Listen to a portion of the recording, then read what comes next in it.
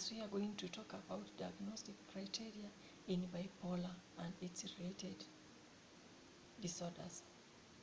I want you to think about your colleague or your classmate. In that class, whenever I'm going to mention the first diagnostic criteria in bipolar 1 or bipolar 2 or cyclothymia, just remember one character will be like that. And you are going to move and diagnose that colleague in your mind. And that's how we are going to make it easy. Let us start.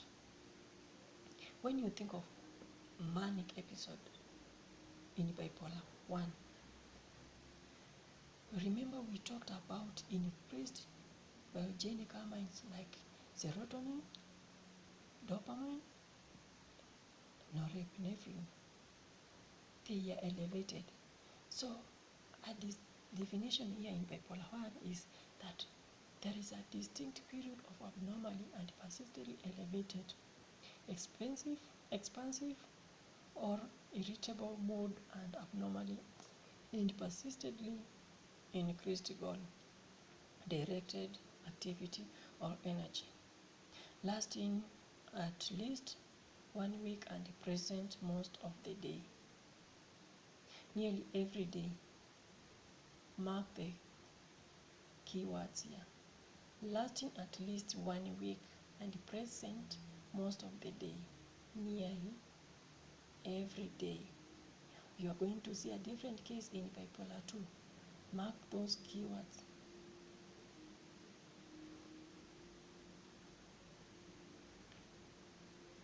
Second definition is that during the period of mood disturbance and increased energy or activity, 3 or more of the following symptoms that I'm going to mention, or 4 if the mood is only irritable, must be present, and is that the significant degree and represent a negotiable change from usual behavior. 1, you are going to have this character in your class with inflated self-esteem or grandiosity.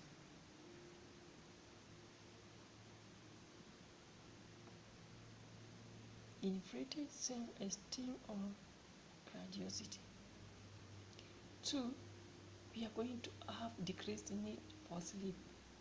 You have this character, maybe you have stayed with in the hostels. They never sleep, or they sleep for less hours. They always feel rested after only 3 hours of sleep. After 3 hours, they are weak. You may confuse with them with night runners. They are always more talkative than usual or pressure to keep talking. 4, flight of ideas.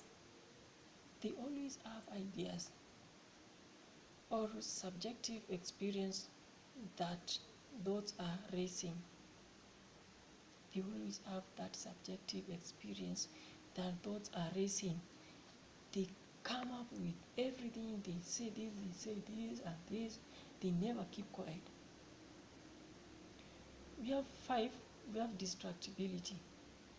Attention too easily drawn to unimportant or irrelevant external stimuli, as reported or observed.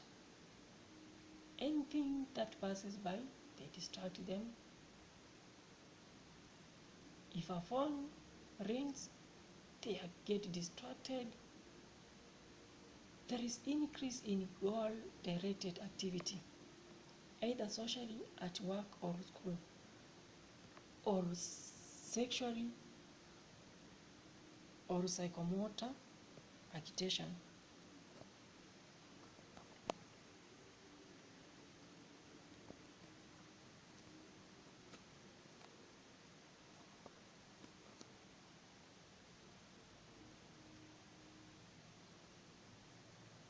We have number 7, There is always excessive involvement in activities that have a high potential for painful consequences.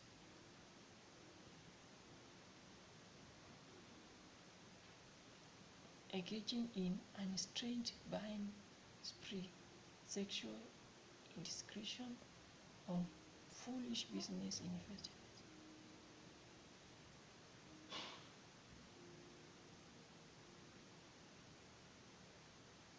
We have done with the characteristics. Have you seen that character in your class from your colleague?